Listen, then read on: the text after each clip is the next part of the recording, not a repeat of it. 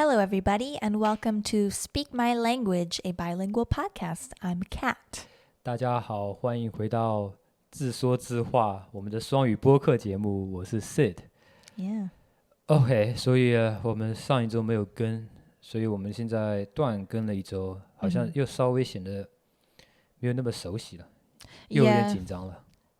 That's true. I definitely feel a little nervous again. OK， 所以我们先把我们之前总结出来的点说一下，就是我们尽量呢不要紧张，然后不要抢话，然后 Kat 你要多说，不要忘记 Yeah. 你要多说话。Well, don't worry about this episode because it's me 为主。OK， 你讲英文，你干嘛要讲中文？ It's 大家想听。 What's the best way to say that? I'm the main speaker in this. I'm the center of attention in this 你是 episode. C 位。I'm C 位。对，我们最近在看那个《乘风破浪的姐姐》，哇！大家有没有记得听我们第一期，我们有讲过说，最好我们能找到一个一起能看的综艺。我们终于找到了。乘风破浪的姐姐，很不错，我们很喜欢。Yes, oh my gosh, it's so good, and I love how they kept a lot of stuff like in the editing, like they didn't edit out a lot of the real stuff that they usually would. That makes it feel so It's like so much more interesting that way. 对啊，好不容易看到这么真实的中国综艺了，好真实啊！就当然也没有到那么真实的真实，但已经很真实了。Right. 明白我意思吗？ Yeah, I get it. 然后，我们要讲一下我们两个喜欢上的一个人的音乐。Oh, yeah, well, I mean, you can be in charge of saying her name because I know I will mess it up. But the lady who she was wearing the very wide green pants in the first episode, we were like, oh, she's super quiet and it seems like they're kind of ignoring her or something. So we're like, what's her deal? And then we looked her up and her music is really good. And since she writes songs for Luhan, which is pretty impressive, you know what I mean? Seems very accomplished in that field. But her songs are very good and Sid has been listening to them nonstop. 叫做朱静熙。Yeah. OK. 然后对我们最近就一直在听他的歌，我觉得他还做了蛮多东西，还做了很多改变什么东西，我都一直有在看。然后有很巧的是，就是19年那个上海那个 F1 比赛的时候，有一个在上海新天地有个现场，然后我们当时就被邀约做广告，然后有一部分广告就是去那边直播。然后我后面在找他资料的时候，我发现他当时就在那个现场，他演了30分钟。但是那天我就在外面直播，然后直播完我就直接走了，所以没有去听现场。就是还是有点缘分，是吧？ Pretty cool, yeah. 这跟缘分也没有关系。Yeah, we didn't see her, so you know. 对，所以不错。然后他在节目里呢，就好像没有表现。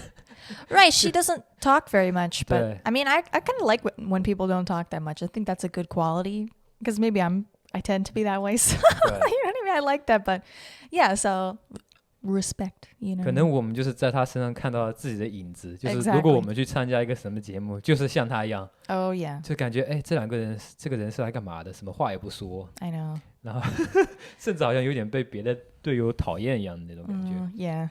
不知道。Anyway, that show was great and looking forward to continuing to watch it. 我们会继续看，但是我们没有充 VIP， 所以不能看最新的一集。Oh, I did the VIP, so. 你已经今天充了 VIP 啦？ Yeah, because I was watching the other show. 哎呀 I was watching the show 婆婆和妈妈 because this is a totally different vibe, but I kind of like watching the shows where it's like about family life because this is interesting for me to see, you know what I mean? 对。 And I keep watching the part with 小麦 and then I really like their house and the 婆婆 is pretty nice. It's pretty good. OK， 扯远了。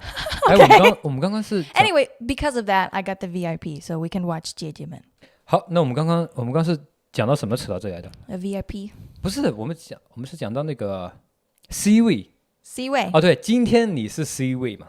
因为今天这个主题呢，我是放心的、大胆的交给了 Kat 做准备，所以他准备了什么我都不知道，我只知道今天的主题。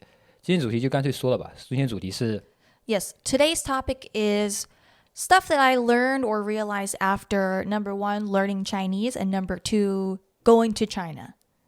Things that I kind of had not occurred to me before, or maybe I was confused about.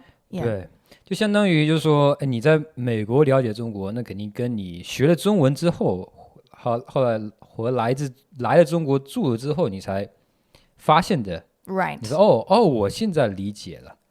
原来当时传闻的是这个东西。原来跟之前传的不太一样，反正就各种嘛。Exactly. 就是你发现的、理解的事情。Yes. OK， 所以对吧？所以这种主题。就是我们在想说，如果我要讲我学了英文之后和我去了美国之后才理解的美国的事吗？然后我们当时就在讨论，我要不要从我这边讲？后来我们答案就是不用了，因为 nothing to say seems like 真的没有什么东西啊，就是因为我们从小就看美国电影嘛，其实就是对美国理解就是有钱，华尔街、洛杉矶、好莱坞，然后人们很开放，对吧？然后学英语呢又是很小的事情，对吧？有没有学会那是另外一件事情，但是也是很小开始学英文嘛，就也没有什么特别，就会有新的冲击。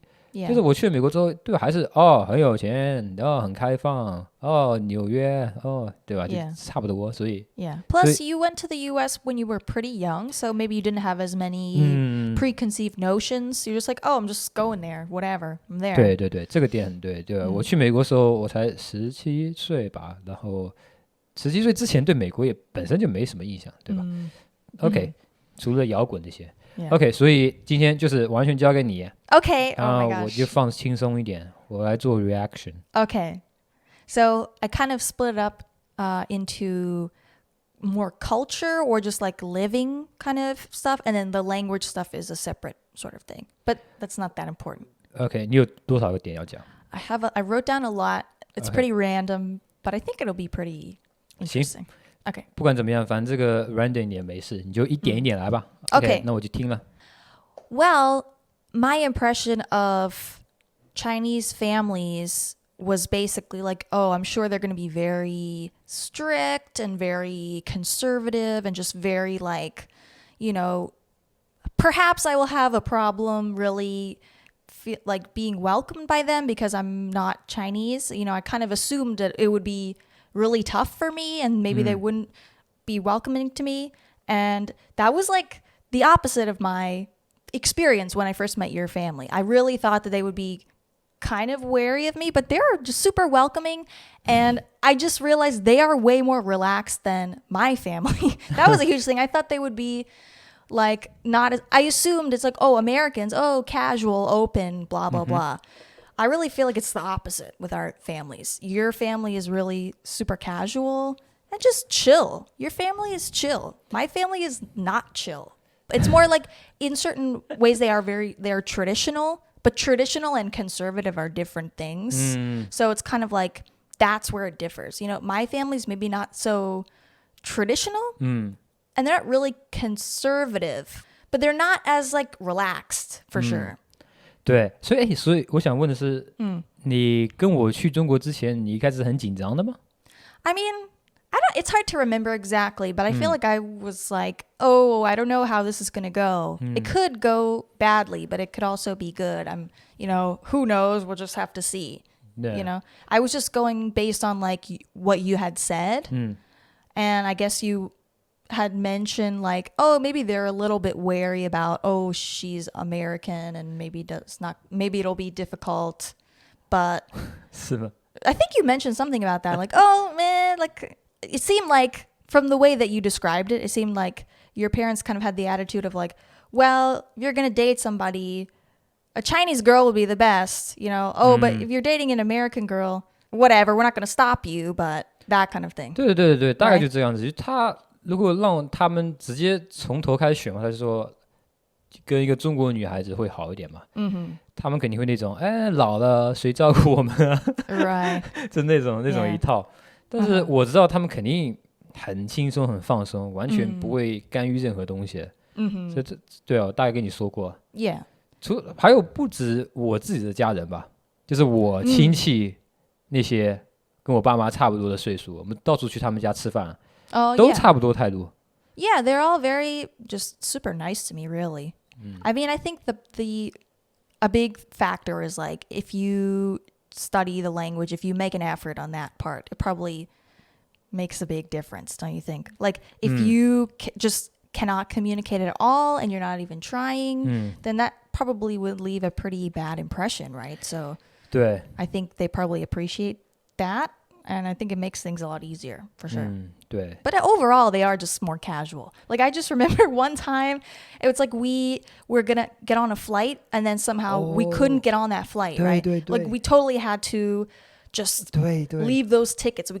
Waste of money, basically. And your parents were so relaxed about it. They're like, whatever, we'll just buy new tickets. My parents would have the exact opposite attitude. They would be super nervous about it and anxious and just kind of like upset and just like, oh yeah, like very dozy. You know what I mean? 就是我大概描述一下那件事情是说，就是我们在中国待了，就第一次来中国的时候，我们在中国待了1个多月，就正常来说我们应该是暑假期间回去的，因为他有课，然后我可能有实习要早点回去，然后那一天就我们开车到了上海机场，然后发现只有他能飞，然后我因为一些原因我飞不了，我的机票飞不了，然后但是我们是一起买的，然后所以当时就想说，要不他先飞回去，然后我之后再飞。后来想想，哎呀，好麻烦啊，就干脆就都不要飞了，就在中国干脆再待2个星期好像是，但还又待了蛮久。然后我就跟我爸说嘛，因为我爸送我去的，然后我爸说，哦，好啊，那就走吧，那走。我爸的态度就是说，哦，是吗？好，那上车，那走吧，开回杭州。Right? Oh my gosh, that shocked me so much. 对，然后就本来一开始是以为是件很灾难的事情，结果我爸就是非常，然后那个时候我叔叔也在吧，我叔叔也是差不多态度。我叔叔也就是跟我爸，我就是很就是那么。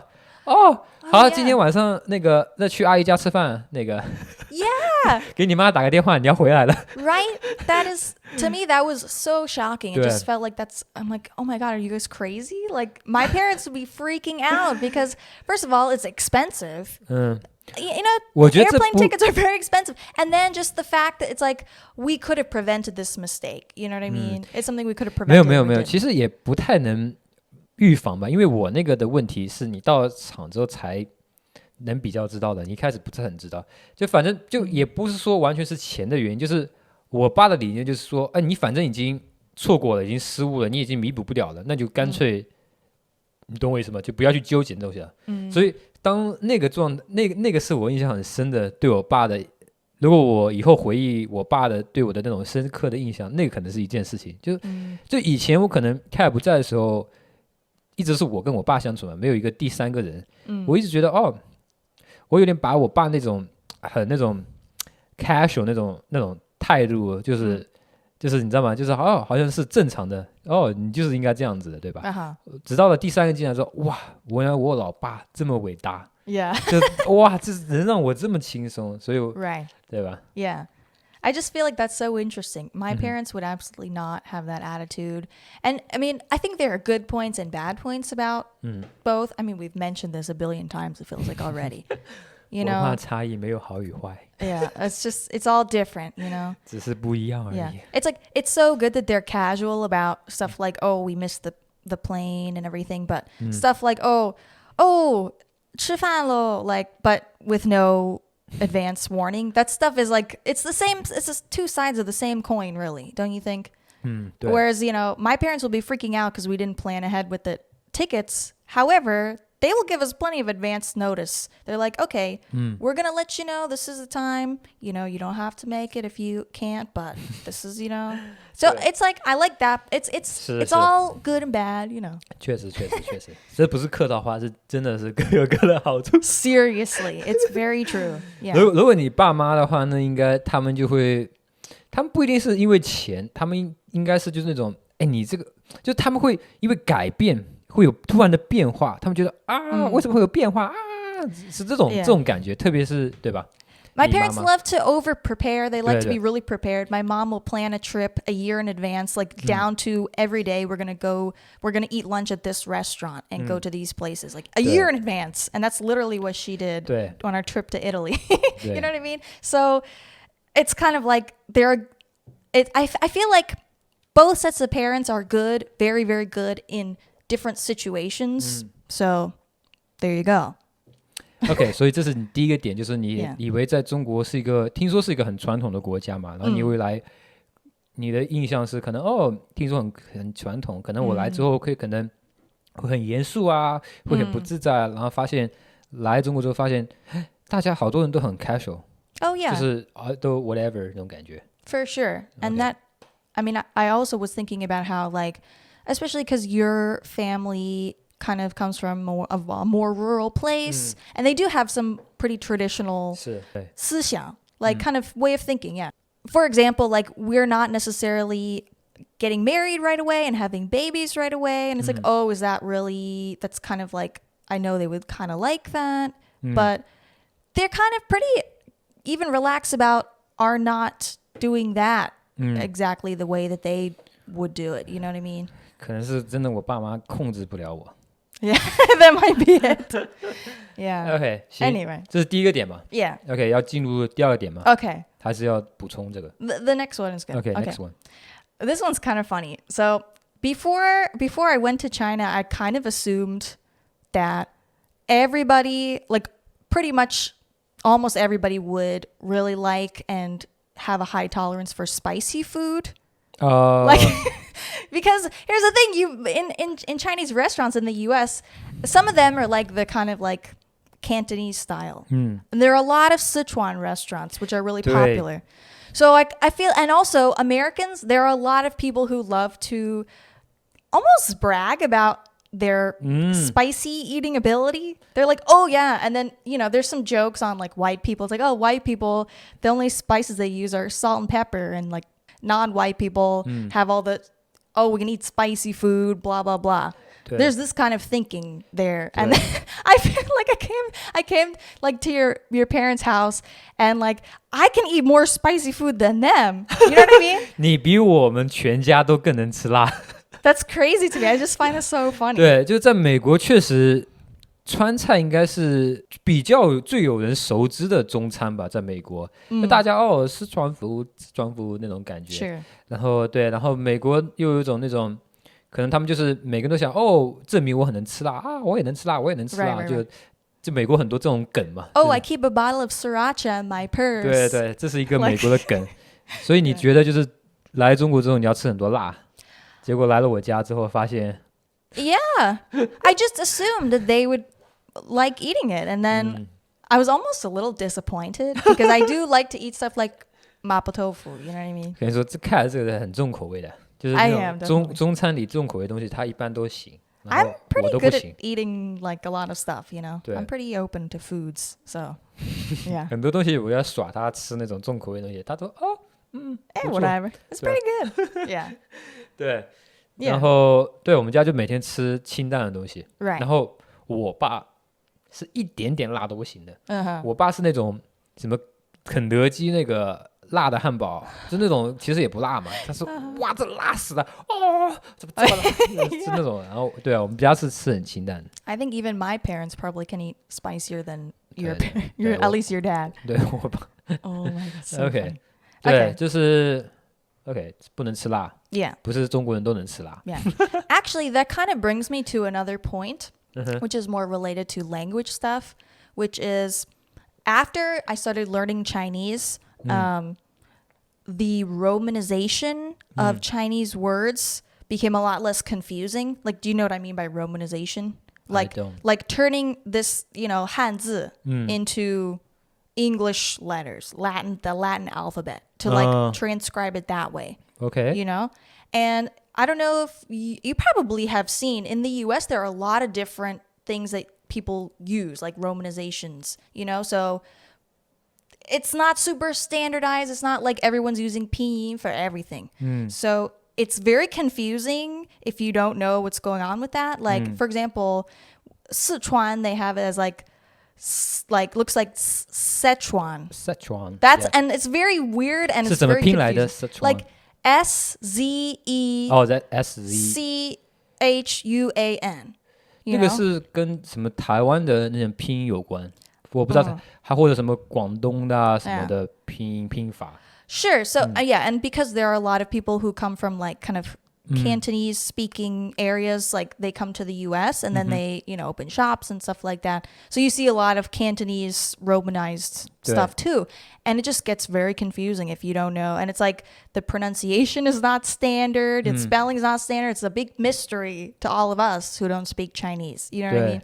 So now at least I kind of know what's going on. And I'm like, oh my gosh, thank God for pinyin, because it's not so hard, it's not so much, it's not as confusing as it looks. 所以这是你的理解的或者认识到第三件事情嘛？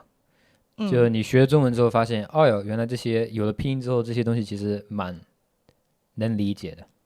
It's more like there's some order in. OK， 就以前你看这些拼音拼出来的东西，在纽约那种街上很多餐厅的那种拼音拼出来的东西，你觉得这是没有任何道理，是不是 ？Yeah, it's like okay, I kind of know these are all Chinese, right? But what are they in relation to each other? I'm not getting the connection. They seem really different. Like, what's that about? And I think that brings me to my next point, actually, which is I think there is a lot of confusion for people in maybe the US or other places where they're not, it's like Chinese. Like, what is Chinese? You see, simplified and traditional Chinese. What is that? You know what I mean? And what's Mandarin? What's Cantonese? What's China? Like what counts as what? What's the relation? I think a lot of people are not clear on that, and I certainly wasn't clear. And so what I found out really is like, okay, well, people here in China or people in China are growing up speaking dialects, different dialects, and that was the point that was missing. I feel like. It's like, okay, people are speaking these different dialects, and that's what's leading to a lot of different stuff, 所以你知道那个广东话是方言的一种，但是你就是理解不了这两个到底是什么概念？为什么还有那个普通话？对 ，Right, exactly. 所以 Basically, yeah. 所以你来中国之后发现，所有地方都在说方言，只是方言不同而已。Sure. 只是广东话这个方言可能更加出名一点。Yeah. Okay. Basically, yeah. 明白了。Also, you know what I was thinking about the dialect thing a little bit earlier, and I was just like, you know how they talk about there are a lot of benefits to your brain for being bilingual? 是吗？ Yeah, like it kind of if you are growing up speaking two languages, that's really changing the way that your brain works for the better. Okay. And I'm like, oh, really? A lot of Chinese people are bilingual in terms of dialect and speaking Mandarin, right? So I feel like 方言加普通话算是你是会双语的人吗？ I think it counts. 因为它的文字是一样的。所以我不因为你比如说英语和中文，对吧？你的整个文字结构都不一样的。我觉得方言和普通话应该没有像你说的那么明显的好作用吧 Yeah, but what about somebody like you where 温州话 is really different? 温州话 豫州话 Yeah. Even if the writing is the same, but I feel like they're different. It's maybe it's not the full benefits, but I bet there are some benefits to your brain, don't you think? Maybe 吧 Maybe that's why 有点 you guys 你刚刚 cue 到了温州话，我就不得不想要说两句 OK 说吧我说的非常差是豫州少里人不是豫州让里人 This is really hard to understand. You're not speaking with a lot of confidence here. 对我说的很差 Yeah. OK 继续 Anyway, okay. 所以你来中国之后你才懂方言这个点就虽然你在美国一直听说中国有方言但你不懂这到底是什么 No, it's almost like I don't think the dialect thing even occurred to me. 你会理解成是美国那说的方言对吧就美国英语那种方言是吗 Sure, or I maybe even didn't consider the fact that people were speaking dialects because really if you're in the US it's like yes there are dialects but we can all understand what other people are saying if they're speaking in a dialect because they're not that different. Okay. You know what I mean? 对所以美国的方言就是还是可以懂的只是中国的方言就特别是南方的就听不懂了Right, exactly. So that's really the difference. Just the fact, okay, there are dialects. People are speaking them. That's why it's so different. And things make sense now. I know it's not Szechuan. It's Sichuan. Szechuan spicy. Let's see. Should I go on to the next point then? OK， 下一个。 Okay. So when I first got to Shanghai, I was really thinking that I would need to be wearing a mask every day outside because of pollution stuff. Yes. Because, you hear a lot of stuff. If you've never actually experienced it, you're like, oh, this place has a lot of pollution, a lot of air pollution. So people are wearing masks all the time and you got to be careful, blah, blah, blah. And then I got there. At first, I kind of was wearing a mask a lot, even wearing one of the heavy duty ones. And then I was like, does not seem super necessary to wear one outside every time I leave the house. You know what I mean? 你就说，就是我理解是，就你来中国之前，你肯定那段，特别是那段时间，在美国对于中国的报道就是空气差。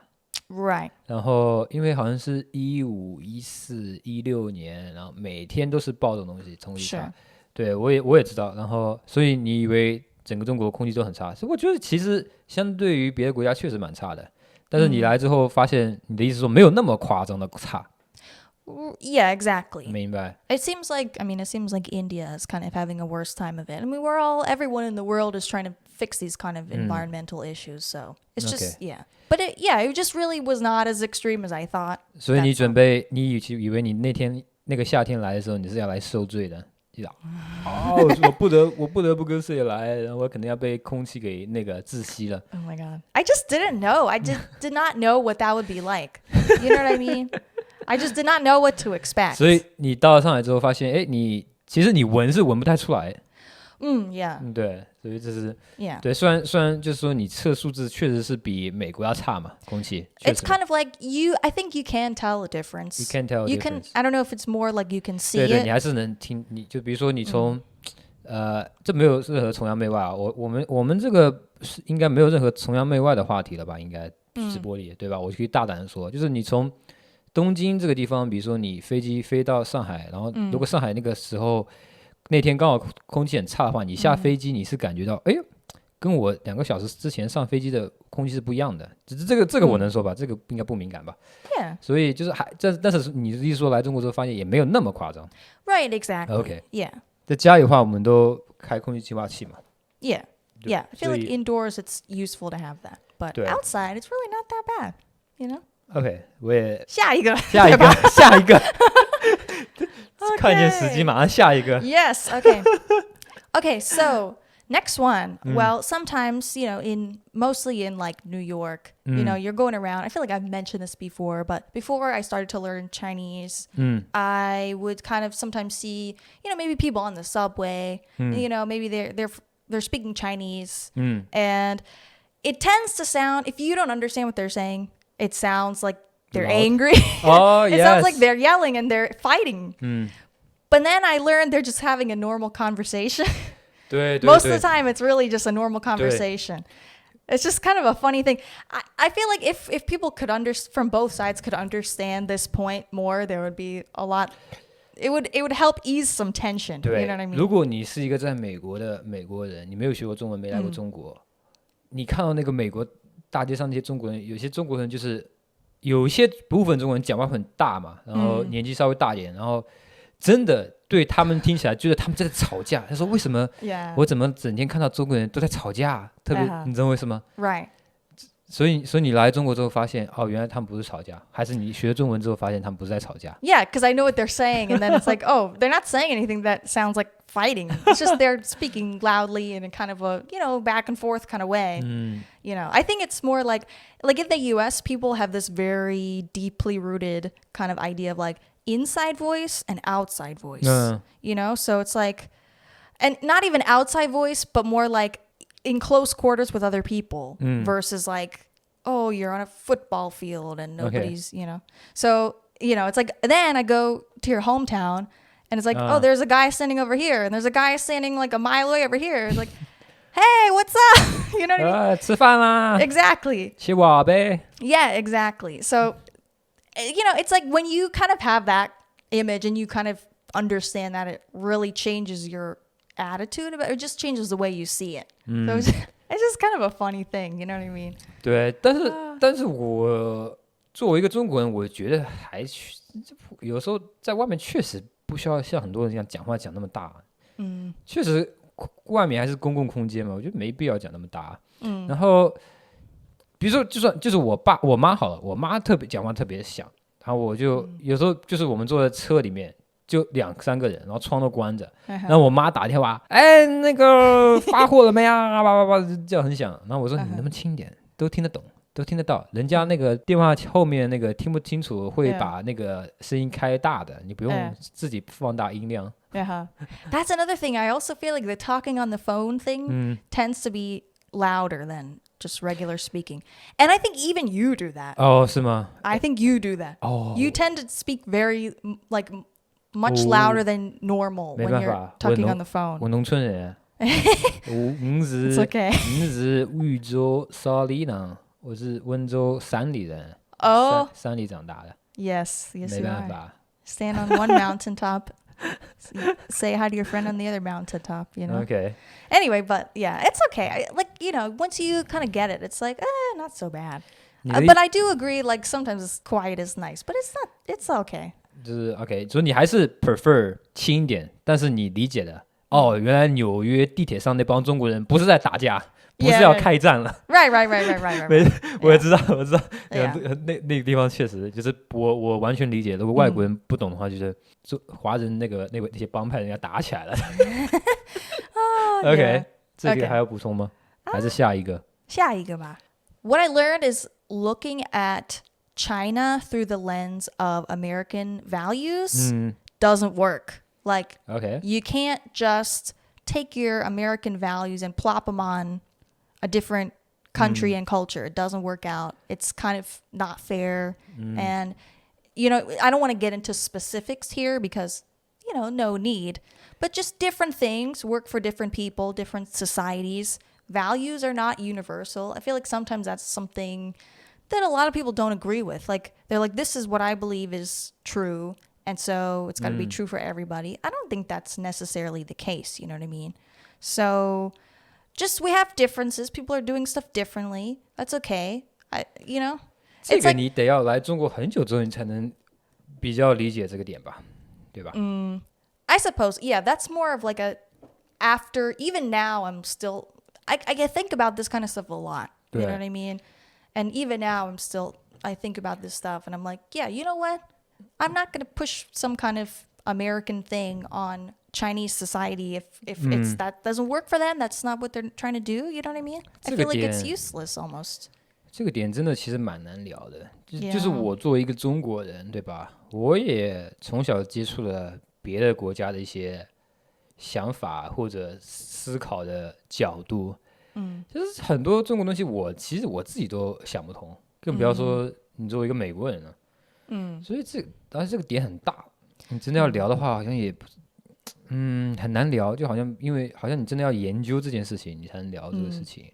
That's true. 对吧？但是包括现在，其实 Kat 这位 Kat，我们现在很多事情还是会一直讨论。Yeah， 就是说中国发生什么事情，美国发生什么事情，然后我们就会就很理性的讨论。然后发现好像是不是可能永远都无法100% get 到对方。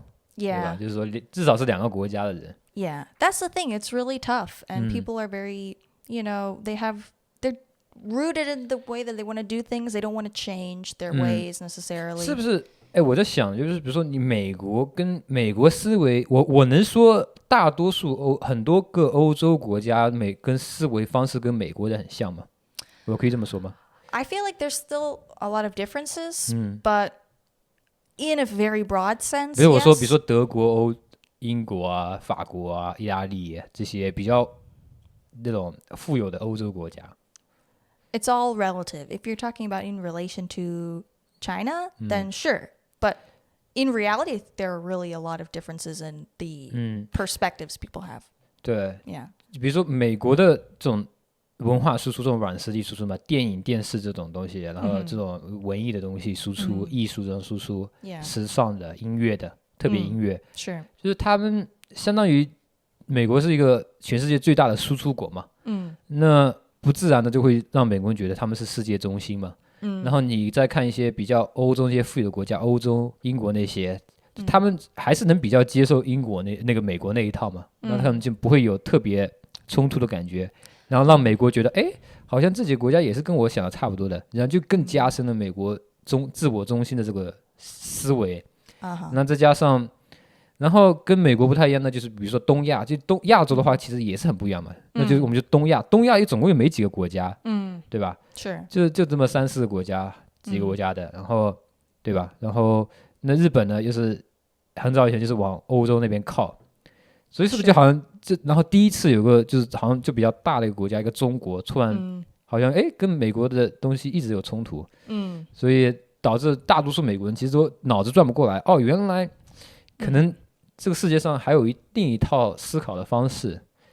Yeah. 要说那些废话了，没有好与坏，不算了，废话。It's more like it just kind of bugs me when I really feel like there are a lot of Americans, and even I probably did this very casually before, where you kind of disregard the whole country of China because you just don't know about it. You're like, you just assume it's however way. You're like, okay, it must be that way because that's what everyone's saying, right? 说明中国的那个 soft power 还不够嘛，就是软实力输出还不够。I think that's one thing that needs to be improved a little bit. People kind of have a bad impression. That's kind of I mean, what can you say about that? I don't think it's an entirely true impression, you know? So it kind of bugs me when people say stuff about the whole country and they've never even been there and they never even talked to somebody who is from there. That stuff bugs me. It's like you're totally dismissing this whole huge place, a huge amount of people.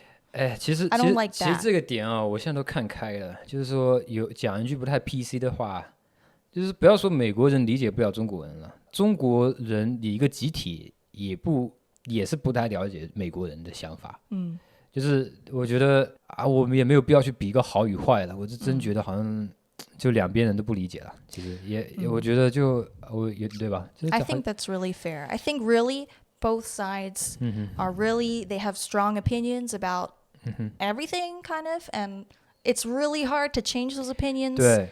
And you know, you're seeing things through a certain lens, and it's really hard to change that. So, you know, it sucks, but it's just annoying when people from either side really just kind of make assumptions and just say stuff based on things that they've maybe just heard more so than they've actually experienced it, like in a very broad way, like you know that this is happening for sure. 我刷到过多少自称为什么某国欧洲国或者美国专家的那种评论员，然后那种自媒体的人，然后说夸张点，开口第一句话就能证明这个人完全不懂这个文化。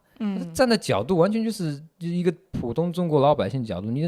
那我们换个方向，那你中国一个普通老百姓没来过中国没学过中文的人，然后在评论中国，那你也看得也不爽。所以我觉得这件事情好像两边都做的不是特别好。Yeah, that's really my point. 不过但是站在你个人角度，你觉得OK， 你可能很多东西说你真的要理解那个国家，你要去那个国家，然后我才知道原来中国有自己的思维方式，这些看似很教条，看似很口号式的言论，但是你是真实的体验到了。Yeah, it's just OK， 站在你个人的角度。Yeah, it's like for me personally, I don't find it productive or useful or just worth doing to push any kind of American values on China. I feel like it's useless. You know what I mean? For me personally. 下一个 Okay, so here's one. This one's a little more light. About Chinese names. 中文名 Yes. So 有什么不理解吗？之前 Well, I was kind of surprised to find out that people don't really go by their given name just in a casual setting. Like, how many people have I met where like they are just going by a nickname? Like the nickname thing was a big surprise to me, and it just kind of came out of nowhere. Because I think there are a lot of, especially if you're American and you don't necessarily really understand the naming culture in China, like, what do these names mean? Like, how do people choose names? You know what I mean? 对 It's almost hard to tell. Is this name a nickname or what is it? Because we're like, honestly, like We don't know. 对，好像在你仔细想，在中国的日常的社交过程中，好像没有人真的会用他的真名的，就你朋友之间也不会说叫他真名的，都是有个小名什么的。比如说那个我们的助理肉肉，他不可能，他的名字里都没有肉这个字，但他就叫肉肉。我不，他为什么叫肉肉？我也算了，不猜了，我还没问他，到时候问一下。Yeah, you should ask. 然后我们又是英文名。我英文名作为我的，因为习惯的原因，网名的原因。Yeah, even like, you know. 所以好像都是不是用真名的。Even the baby was born, the baby gets a nickname immediately, and we're just going to call the baby this nickname. To me, that's really unusual, especially when the nickname doesn't have anything to do with the given name. You know 真的真的，中国确实有这么一个现象Yeah, it's really interesting. 它这个现象严重到不是严重啊，就是这个现象，就是说强烈到什么呢？强烈到突然有人问我真名什么，我说，然后我第一反应是干嘛问我真名啊？我干嘛告诉你真名啊？有必要吗？我干嘛跟你真 ？Right. 对啊，就是说，你知道我姓刘，我知道我叫四不就好了吗？你干嘛知道我真名？就是很奇怪，对吧？真的有这种真的我是真的会这样，干嘛叫真名？神经病啊，对吧 Yeah. So that's what I found out. I still don't really understand the reason why that is, but I think it's really interesting, you know, and unusual for me. 然后美国的话就是它，比如说你一个英文名嘛，你是一个英文名，然后它英文名固定的搭配就有几种小名，是作为这个英文名的小名。就举个例子，比如说Richard 的小名叫 Dick 嘛，对吧？就是或者 or Rich 或 Rich 对吧 ？or Ricky 对，就他 Richard 这个名字就是有，然后你就选一个作为你喜欢的，对吧？或大家有些人可能比较尊重你的情况下，就是不知道你用的哪个小名，他就随便叫你一个Dick Rich Hey Dickie, what's up? Hey Dickie 但不管怎么样 Anyway, 这个不是 or you could make one up if you 对 really want to. 就是还是跟你的名字有关的嘛。Right, that's the 对 point. 吧 Yeah. 但是好像中国真的是有你这么一说，这个发现的不错，所以你来了中国之后才发现这件事情，所有人都在用小名 Right, yeah. 这也是为什么在中国人取英文名的时候就会取一些好像很多时候就比较奇怪的名字 Yeah. 就比如说肉肉，对吧？肉肉他如果取个英文名会不会取个 meat meat 他可能说这是我中文的小名，我所有叫 meat Or just meat. 我叫 meat， 然后美国人说 People like, 你叫 meat， 你有事吗？ Why? Like, what's going on with you? 对，就是取小名的思维方式嘛，这些思维方式是中国人有那一套，但是美国人那一套，美国人完全不理解啊。就来中国之前完全不理解啊，对吧？所以如果你用你中文，我的小名叫小叶，就是树叶的叶，然后你可能英文名就叫 leaf， 然后美国人说你为什么叫 leaf？ 他说因为我的小名叫树叶。为什么你的小名叫树叶？你跟你的就理解不了，所以就大家不要。如果你要取一个就是严肃的英文名的话，就不要用中文那个小名那个思路去取英文名。对吧？ It's obviously like, you know, do what you like. It's your own name, but it's if you want to avoid the question marks from Americans and have like be interrogated about your name, then you can use that kind of way to choose it, you know? OK， 这是中文的小名，你才来中国之后理解的。Yeah， 下一个吧。我补充一点就是日常交流中你可以叫小名啊，这些东西就是在中国嘛，甚至你都不叫小名，都是帅哥、美女哥哥啊、小姐姐、小姐姐、小妹妹，这都是这种东西嘛。然后或老师的话就是老什么什么老师，对吧？ Yeah， 就会都就算没有小名，有一个另外的一个称呼去代替那个人。然后这就会引申出一个文化差异。就大家会说那个某某某某的人，如果我在美国叫那个人的那个人，我应该叫他什么，称呼他什么？我去了那个人家应该称呼他什么？统一答案就是叫他的名字，就叫他的 first name，对吧？ Or Mr. Mrs. Ms. plus last name。就你不要想那么多我那个我那个人的亲戚的小孩，我跟他什么关系？我应该叫他什么？就你不会说到那个啦，你只是叫他名字就好了。Yeah, exactly. It's because I mean that there's another good example of like collective society versus individualist society. It's like, okay, in a collective society, it's like, who are you in relation to other people, right? And then I mean that doesn't really count for like 帅哥, but you know what I mean, with the family stuff. In like the US, it's really like you're just you. This is your individual identity. You're just that. That's you. Not so much with like, you know, the titles and all the things like that. Obviously, there are exceptions, but basically it's like that. Yeah. 小姐姐，小姐姐。我们最近在看那个《乘风破浪的姐姐》嘛。Yeah. 各位30加的小姐姐。Olige。哎，我其实有一个点啊，我插一句啊。就是我们可以有时候讲一些轻松的废话，是，就是里面那些有些姐姐不是30多岁嘛，大多30多岁，但是也有40多岁，也有50多岁的。我是觉得导演说各位30加的小姐姐，我会觉得对50岁的人来说啊，我50嘞，你跟我说30多岁什么年纪大，你有病吗？ Well, you know, ladies would like to, you know, not necessarily talk about, you know, getting older. It's a sensitive topic, so I understand why they would. 那你可以想一个别的，你就直接小姐姐不就好了吗？你干嘛说30加的小姐姐？对于50加的人，不觉得，哎，你有事吗？你好像就 I don't know. 你对啊，我反正 You're not a 50-year-old lady, so maybe it's hard for you to know. 我站在女生的角度去帮女生考虑啊。Can you? I don't 对 know 啊， if 我 you 是 can. 真的，我是想说，如果我是个50岁的女生，对吧？我看了电视，然后这个电视是励志女生年纪大的也可以过得很精彩、很独立，对吧？你突然， Yeah. 但是我50多了，你在电视一直说，哦，虽然大家都30加了，我说，哎，30加也不老啊，你有事吗？ I also love how you. 50加。 I also love how you said like 50-year-old 女生. That even sounds. You know what I mean? 干嘛？ Is it 50岁女女生？生不是蛮好的吗？ Like sometimes I use 女生 in my Chinese lesson, and my teacher's like, that's maybe not. Sounds a little off. You know what I 那你 mean? 说什么呢？ Like, you know, 大姐，女人也行，女人蛮好的。 Yeah. Okay. 中文还不错嘛，没有说大姐。大姐。OK. Okay. 这个，我们刚刚这个好了吗？ Yeah. 下一个. So I think you're probably aware there is a kind of a stereotype in the US, I guess, about. I guess you could probably generalize and say people of East Asian background, right? 没有色情的东西吧？这一集里面 No. OK， 你继续。 Nothing like that. No. It's more like, people of East Asian background being quiet and like really reserved and studious and whatever. Like this kind of stereotype, right? So that you obviously know about that. 对。 And here's what I found. I came to China. I feel like there are a lot of people who are way more outgoing than me. You know what I mean? I think there are a lot of outgoing people.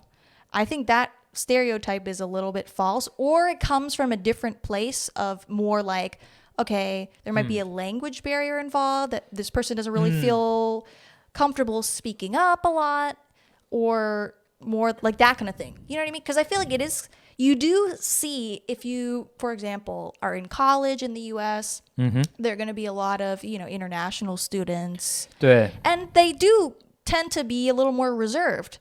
But I really think a lot of it is language barrier, or they don't really feel super comfortable being super outgoing and like open and talkative with, you know, their American peers or something. So I just feel like that stereotype comes from the wrong place. You know what I mean? 明白。 Yeah. 东亚的人就是比较安静内向一点。对，就像你说的，应该很大程度是因为他们看到是美国人的亚洲人嘛，然后因为大多数人有语言障碍，或者那个语言障碍没有小到能让他完全打开自己，或让双方理解对方。所以等到你真的理解对方之后，发现，中国很多人蛮疯的。Yeah, like a lot of people that I met in China are just super friendly, super outgoing, just really talkative, just, you know, very much that kind of open personality. That's their personality. It's not really that stereotype that exists. So yeah, I mean, that's just it. It's like stereotype flipped over, you know? 你觉得我是内向的外向？就是你当然知道我是个外向的人，对吧？ Yeah. 但是你真的觉得接出来，你就说你不是说很多中国人其实很外向吗？那我是属于哪一种？ You're actually 外向, I think. You are. It's, you just are selective about the things that you say. 对，我觉得中国 You're using your silence as a tool to become more powerful or improve your, you know what I'm saying? You're like, if I don't say anything, I'm very mysterious, and that will serve me well. That's your kind of attitude. 你不要说出来啊！你说出来，那大家 I 都知道。 said it. Your secret is out. 你说出来，对，我觉得中国很多人真的是蛮外向的，可能真的是在美国那些中国人，就是因为有语言障碍的原因，就是让他就稍微，你知道吗？就是会把自己给 hold 住，就是可能大家说，哦，原来这中国人这么外向啊。其实这些美国人没看到中国人在一起玩的时候贼疯。然后就是我印象中很深的，就比如说我高一刚去美国的时候上那个 drama 嘛课，那个就是我也不知道为什么那个老师给我分配了上戏剧的课，可能觉得说，你真的比较喜欢戏剧嘛，反正他就给我选了戏剧课。然后我在那个戏剧课里面表现得非常内向，就是其实然后我自己都觉得我没有那么内向，但是因为我英文不好啊，而且你这个戏剧你要上去讲独白啊，我英文都不会说，那我当然就I am lonely， 我只能这样子的，对吧？ Yeah. 然后还对着话筒，对着全班的说，我也其实我，然后所以那个老师一直对我的印象就说，Sid 是一个非常内向，然后每天找我谈话就是说，是非常内向，你要克服自己。我就说，干，我其实没那么内向，你没看到我这平时多疯？Yeah, exactly. Next one. I learned about when I got to China. I really kind of saw the influence that just health and thinking about health stuff has on people. Like people are thinking about their health all the time, it seems like, and thinking about other people's health and like giving you advice. It's kind of shocking because in the US it just seems like a very personal thing. It's interesting and it's unusual for me. So I learned that. But I didn't really have such an impression before. You learn about Chinese medicine, you're like, oh, I know that's a thing, but you didn't really see how much it pervades people's lives. 你来中国之后发现很多中国人都是很在乎健康，而且把健康放在嘴边。OK， 美国人不在乎吗？美国人是不说出来是吧？ It's either we don't say it or it's kind of an afterthought, where it's just like you don't consider it until, oh, I'm going to go to the doctor.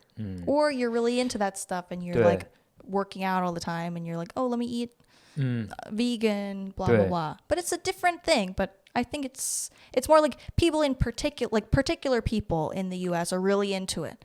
But it's not so much a widespread thing as much.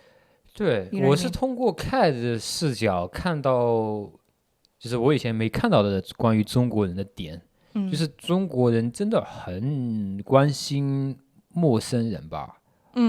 当然熟悉人就更关心了，就甚至也很关心陌生人的身体健康。就不知道是不是真的关心，但至少口头会表达出来的关心。就比如说早点睡啊，感冒了啊，那赶紧去喝热水啊。你那个发烧，你那为什么现在还工作？就是会口头表达出来很多，然后或者他说表达出来，我今天眼睛不太好，就说那去看医生啊。你这个是不是这个问题？肠胃有问题，都会表达出来。这个在美国好像就是一个非常私人的东西，就是说他们一般来说，如果对于美国人的话，就是他没有问的话，问你建议的话，你就不要告诉他，因为他会觉得有点太隐私，甚至有点侵犯到他，或者他会觉得你把他当成了一个不懂事的小孩，因为这是比如说妈妈会对小孩做的事情，对吧？所以为什么一个不太熟的人会这么说事情？对，这就完全不同的思考方式。Yeah, definitely. I mean, you can see that stuff in the way that people talk about like body acceptance and like body image issues. There's a huge kind of wave of thought in the US especially. It's like, this is the way my body is, like, so what? It's not your body, just let it be, like it is the way it is, 对，你这个拓展的很好。对，就是同理来说，就是因为这个的关系，不知道有没有特别的联系，反正中国人很在乎别人身上的细节。你胖起来了，你这个今天化妆了吗？那个 Sid 你的眉毛这么浓，你是不是纹眉了？Have people said that to you? 对，我突然想到这个，是因为我上一个视频还是谁这边说了，反正我是不化妆不做任何东西的人，反正就会一直会盯着那些细节。相对来说，美国人就不太会。这是你，然后你问多了会别人会觉得会不会冒犯到别人。Yeah, just people tend to think that that's in their space. It's not respecting their boundaries kind of thing. 对， you know? 就是还蛮，就是说这点我必须要承认嘛，就是我作为中国人，我确实看到蛮多人蛮喜欢评论陌生人的五官身材的，我觉得这个没有必要。这个实话实说，没必要，就是真的不关你的事，对吧？ Yeah. 你好看，你可以说它好看。如果真的你不喜欢，那就不用特别说，对吧？ Yeah. 对。I have to agree with you. It is like especially it was very hard for me before when it's like I would see comments from people from strangers about myself and they're just picking out little details about my appearance or something like that. When you get a lot of those, especially from people you don't know, it really just especially when it's like you kind of grow up in a society that really is like you shouldn't do that. That is invading somebody's privacy, you know?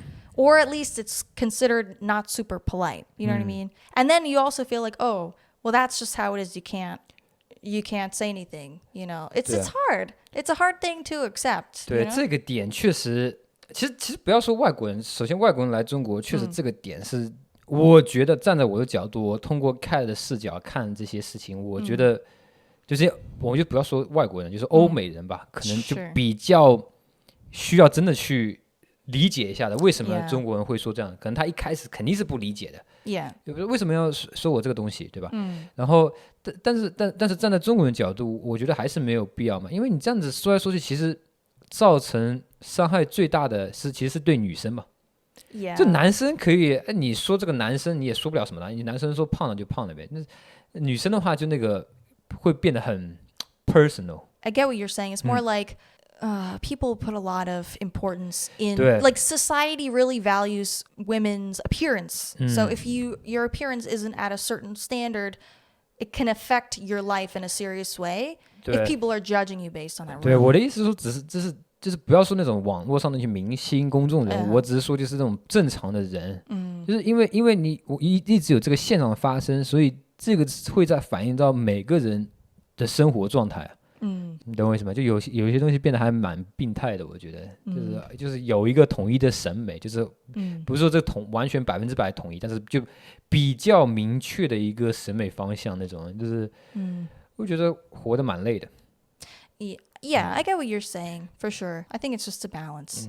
对 Yeah. 但是确实是个平衡的问题，但是我还是更喜欢就是对吧？这是你自己的私人的事情。Yeah, I have to say that's the way that I 就 I 更 tend to 偏向 lean. 那边吧， Yeah. 就应该 Me 更 too. 偏向那边 Me too. 才是健康一点的， Yeah. 大家活得轻松一点的。I agree 对 for sure. 因为 Yeah. 对啊，因为你这种不自然的表露，然后慢慢的会积累起来，就是会引到一个统一的这个才是好，那个是不好。Yeah. 这种 A lot of it- 难免会变成那样子极端的事情发生。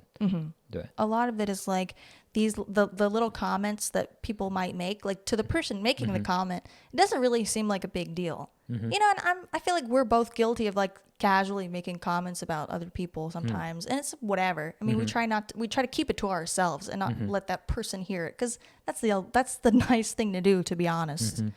But you know, you say that to that person, and I think the effect on that person is pretty big, way more than the effect on you, the person making the comment, is. 是吗？ Right? I think so. Don't you think? 对吧？因为大多数人说的东西也不一定是他在做的吧，只是他那么想，反过来其实是对他自己个人造成更深的影响。 Okay, 下一个. I might want to switch to some Chinese language type Okay. stuff.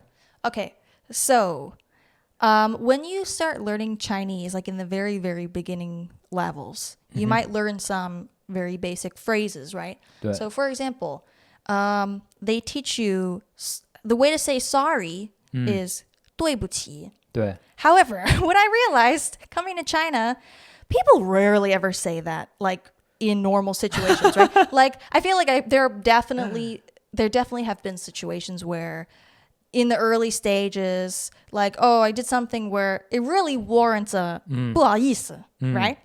However, what I said was 对不起, and then this person probably was like, why are you, what are you doing? What happened? You know what I mean? Where it just made it really awkward.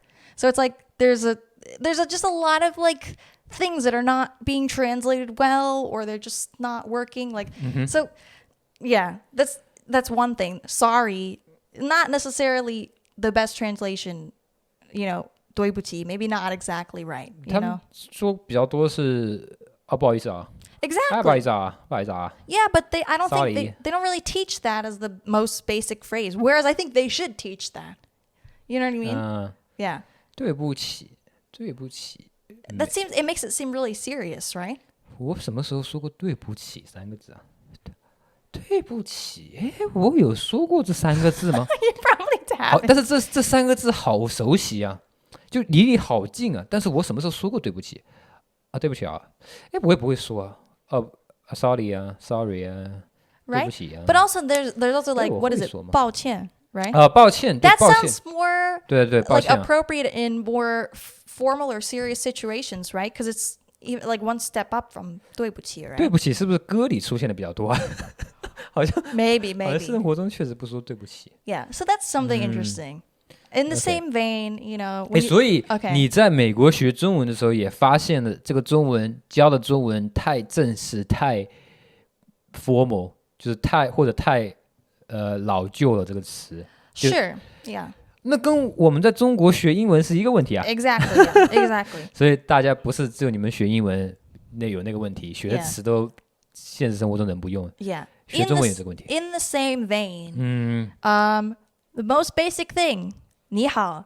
Do people say that to each other in China? 你好 Not 说啊 They say it in in situations that are very like, oh, like 你好 like business kind of things. 你好 yeah But like the way they teach it is like, oh, you say it to everybody every time you meet them. You know what I'm 是吗 saying?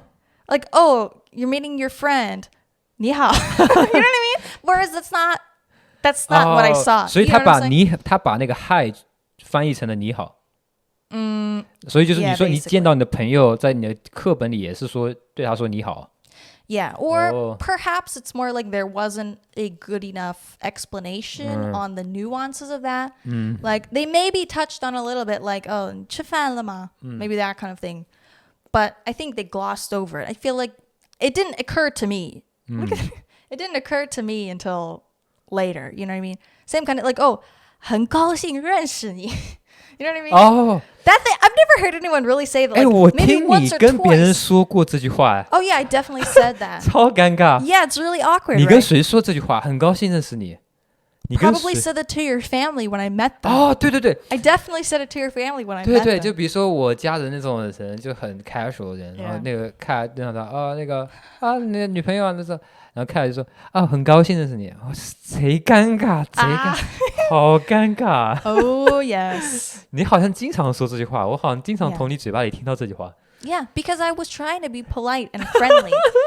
I do think it's natural to say in English, oh, it's nice to meet you. 很高兴 It doesn't sound so awkward, right? Like, but then, and 我们最近在东京面试一个助理 Uh-huh. 你好像就跟他说了最近你跟他说了很高兴认识你 No way. 你说了我印象很深就是感觉很最 I 近就 did 是 not say that. No, I did not. I think you said. No, I don't 不 know. 可能我 I 不 think 可能 you 说 said it. 我干嘛要说很高兴 I 认识 don't 你 think I said it. I think I've learned. I know better now. I don't think Okay. I said it. Moving on to a pretty similar thing, just like there are just so many things that are hard to translate or untranslatable or get mistranslated. I think that those kind of things really lead to a lot of misunderstandings. Chinese is really a more direct language. So people speaking English, they want to very just casually, they're going to casually say please and thank you, just like throw it 稍 around. 等一 Right? 下我 What? 打断一下我好像是我说的很高兴认识你是不 I 是 think it was you. 真的是 It 我 was 说的 definitely you.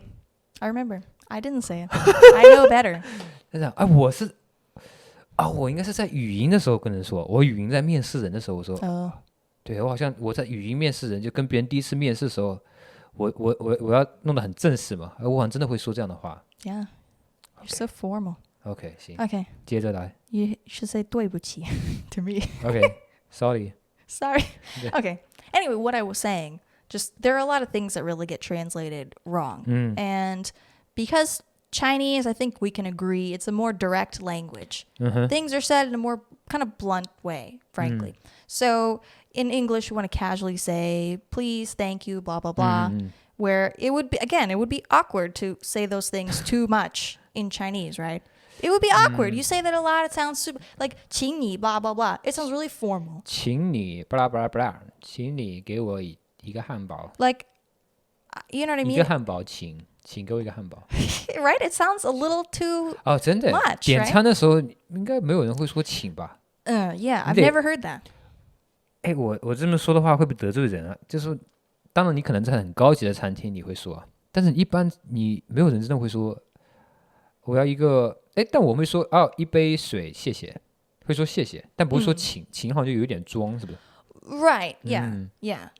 And then 只是中文和英文习惯不同吧？我觉得因为中文你是有别的方式去表达礼貌嘛，就是不好意思，我要一个这个，我要一个这个谢谢，或者麻烦帮我点一个，也是可以表达礼貌的，只是说没有像英文那么直接的那个感觉，是不是？ Yeah, I mean that's basically my point. Is like that's something I realized is there's this difference, and I really think it leads to a lot of misunderstandings. So like, for example, before I really had a better grasp of Chinese language, I'm working in a restaurant as a waitress, right? And there would be some tourists who are coming in, and I know their English is not so good, and I know that they're Chinese tourists, right? Yeah, definitely. Okay. Like I could tell just my Chinese is really bad. You know what I mean? But like the way that they dealt with the servers it just didn't come across well. You know what I mean? And if you don't really get the way that how would it work in a Chinese, in China when you're ordering food, how would it work? 连起来的这条线。Yeah, it's just like it comes across not so 对 well. So 因为中国游客在全世界哪里都很多嘛，然后就我刚刚看到弹幕上有人说，就是说有人说可以给我一个汉堡吗？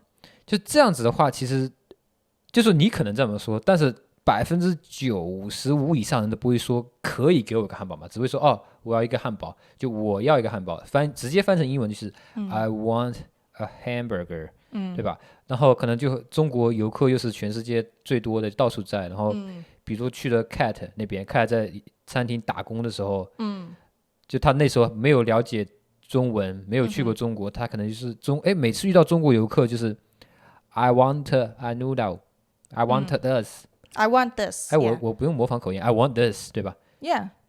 然后就让很多人美国人觉得怎么中国人这么不礼貌啊？ It comes across as 高冷，冷漠。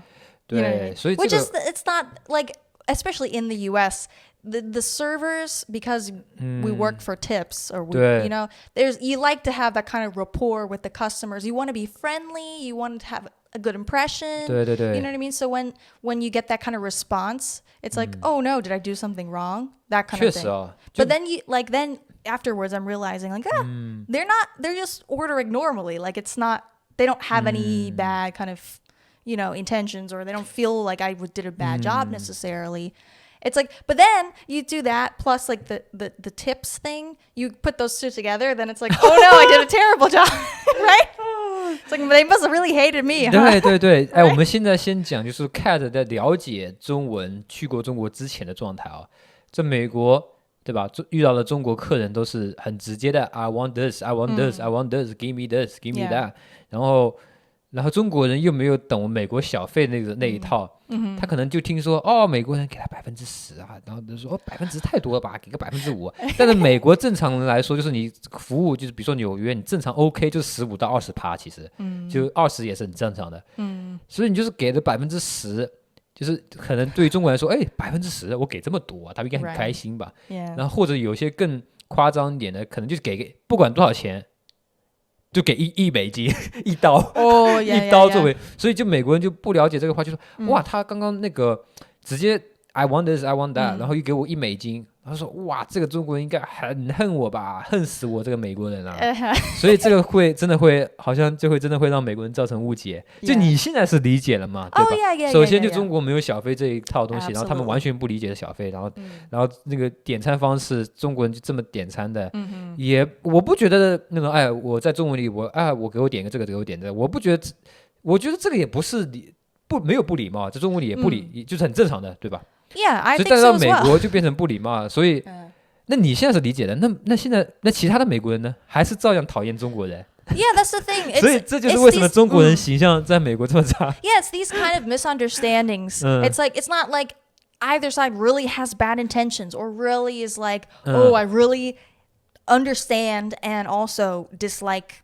this group of people or something like that. It's more like, there are these very surface level things and they leave a bad impression based on the way the people, 对 like 你 perceive them. 确实这个点确实中国人蛮冤的，就是无缘无故就被就是被就感觉就好像就是大家攻击就是那种粗鲁的游客就是中国人嘛，小费不给，然后点餐很 rude， 在街上讲话很大声，你不是全中了，就是对。Yeah. Oh, that brings me to another point, kind of related, which is just something I learned was number one, people's personal and professional lives are really melded together. They they're really intertwined, I guess you could say. So for me, that was shocking. I didn't really have a sense of that until I got there. And it's like, just the whole existence of WeChat speaks to that. The fact that it's used for everything. People on their 朋友圈 are posting things that are business related and friend related, like all these things, right? So that's one thing. And 所以你来中国之后发现中国人和美国很不一样的点就是日常的生活和工作就基本上已经混在一起了。Right, like not compartmentalized. Whereas like compartmentalizing different parts of your life is, I would say, the norm in the US. People are like, okay, my work is my work. My personal life is my personal life. These things are separate and we should be keeping them separate. I think that's how a lot of Americans just approach things, right? 对。Yeah, and adding on to this, I think the way that people think about friendship is really different. Before I really got to China and I met people there, it was hard to really fathom the idea of friendship is really different. So what I mean by that is like it's deeper. It's more transactional in certain senses. It's like, okay, you did this, then, I'm going to do a favor for you. You're going to do a favor for me. Like that's expected. You know what I mean? And it's not like, I'm going to have my boundaries. So I think this, again, going back to kind of like misunderstandings. It's like different ways of doing things, but then people get a bad impression. Don't you think, didn't some people say to you, or maybe you had an impression of like some international students in the US, they're like, I can't make friends with American kids, right? Because they just seem so shallow. Like they don't want to get into that deep stuff with me. You know what I mean? 对，这个点，对你讲这个点真的好，就是这个也是应该困扰很多在美国或者在加拿大或者其他欧美国家，对于就是说，我很难交到外国朋友这个点，就交朋友就朋友这个定义，在美国和中国是真的差蛮多的，就知道这个交朋友的过程。就中国的话，大概率的话就是，我们是朋友，那我们就是玩这边玩那边玩这边玩，然后对吧？然后美国那个就是相当于，就中国是比较从不是朋友变成是朋友，应该是很快的一个过程。但美国的话，就真正的朋友是一步一步的，就是你在你成为很亲密的朋友之前，你不能去越界。是。你越过了一些 boundary，那你就永远不能成为朋友了。你懂我意思吗？就是说，中国的话，就可能之间那个界限蛮模糊的。Right, yeah. 美国的话，你一定是一点，然后不是说。就很多人觉得交不到美国朋友，就是觉得美国人很肤浅。其实不是的，大家都是人，都是一样的，没有哪国人思想更加高深，更加你知道吗？傻白甜，更加你知道吗？那一点的都是一样的。你真的理解对方，都是真是一模一样的。只是思考的方式不太一样。是。然后你不是说你交不到美国没有深刻思考的人，所以你交不到朋友，而是思考的方式不一样。就中国人去美国交朋友，他们会想着说我一上来跟你称兄道弟啊，对吧？但是美国人又不跟我扯一些深的东西，因为美国人一开始他不会想要先跟你扯深的，你们是要建立一点点信任起来，你们才会去称兄道弟，才会去讲那些深的东西，人生理想的东西。如果你一上去就讲人生理想，我毕业之后要怎么样，那个付出什么，做那个我的理想是什么？你一上来跟美国人讲这套，他直接吓跑了。觉得你这人太严肃。但中国人呢，可能是多一点是先来大的东西，三观一符合了，OK， 那我们再去了解对方小的那些细节。美国的话就可能是从反着来的，是不是有点这不一样？Sure, that's actually the way that you put it is a little different from the way that I was thinking about it. Not like I wasn't really thinking about faster, but more like immediate. I guess you could say it's like it is faster. Like immediately people will be like, they're gonna like link arms and like it's more like now that we're kind of friends, right? Okay, we're friends. So I'm just gonna show up at your house. 对 something like that. Like for me, that's a huge breach of. 对 It's like that's not cool. Like you can't just show up at my house. 就举一个例子，就如果就是你成为真正的朋友、知心朋友之前，你肯定是那种，到底是朋友啊？就可能我一下子不联系，然后也不会真的联系，就那种状态。那个时候，就中国人和美国人处理方式是不太一样的。我只说大多数，没说每个人啊。那中国人就可能就比较正常，我们吃饭了，今天吃饭，然后我就去你家什么的。美国人的话就不太会这样，就会你要计划的好一点，你要真的得到别人他的同意。就思考方式真的不一样的。如果你不太理解的话，你会真的以为，他怎么对我这么冷淡啊？什么也不说，他好 shallow 啊，他好想肤浅。Right. So that creates this problem, this misunderstanding where Chinese people might think Americans are being shallow or they're being not super friendly. But then Americans might think that Chinese people when they're being it's like a little too intrusive or maybe it seems rude or not respecting their boundaries. So it's again misunderstandings. 美国人讨厌那个别人的点又踩中了，就是觉得中国人不尊重那种个人的每个人之间的界限。因为中国人真的就不是这么做事的。就是我现在在想象。我不知道为什么我想到中国人交朋友的一个画面，就是在一个酒会上，大家喝得烂醉，然后说天谈地，然後談天說地的，然後打鬧，然後哭笑，然後可能第一次認識，然後就瘋狂的表達自己，就中文裡叫交心了。然後經過那些事情，然後變成了朋友。美國當然也有這樣的情況嘛，肯定也有發生的，但是好像大概率還是講，就是會比較不會那麼直接一下子。變成知心朋友。Right. 對。That almost kind of reminds me of like the dating stuff where it's like, 對。 not necessarily, I mean, it's hard for me to say like, just like when people who are doing it the quote unquote Chinese way where it's like, okay, we both like each other, so now we're boyfriend and girlfriend. And then. 對。 But I don't know if it's just like a name or if it's really like. Closer to just still getting to know each other, but we are committed. You know what I mean?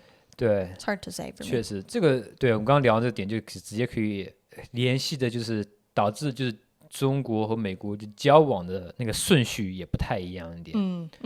中国没有说多数人，但是也慢慢在转变，但是很多数就是先不太了解对方情况下，可能不了解私下的生活什么的。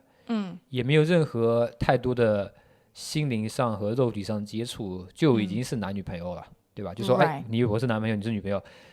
我说男女朋友，这是指的是你就不能跟任何人成为男女朋友了，就是你们已经是 exclusive， 对，你们已经是绑在一起的。就这种状态呢，对，中国是很多人是先这样子，先绑在一起，就有点像我们说那个交朋友那个，先变成。三观符合，先交心了，对吧？先交心了，然后再慢慢去理解。交女朋友、男女朋友是这样。美国的话，肯定是一点点的理解。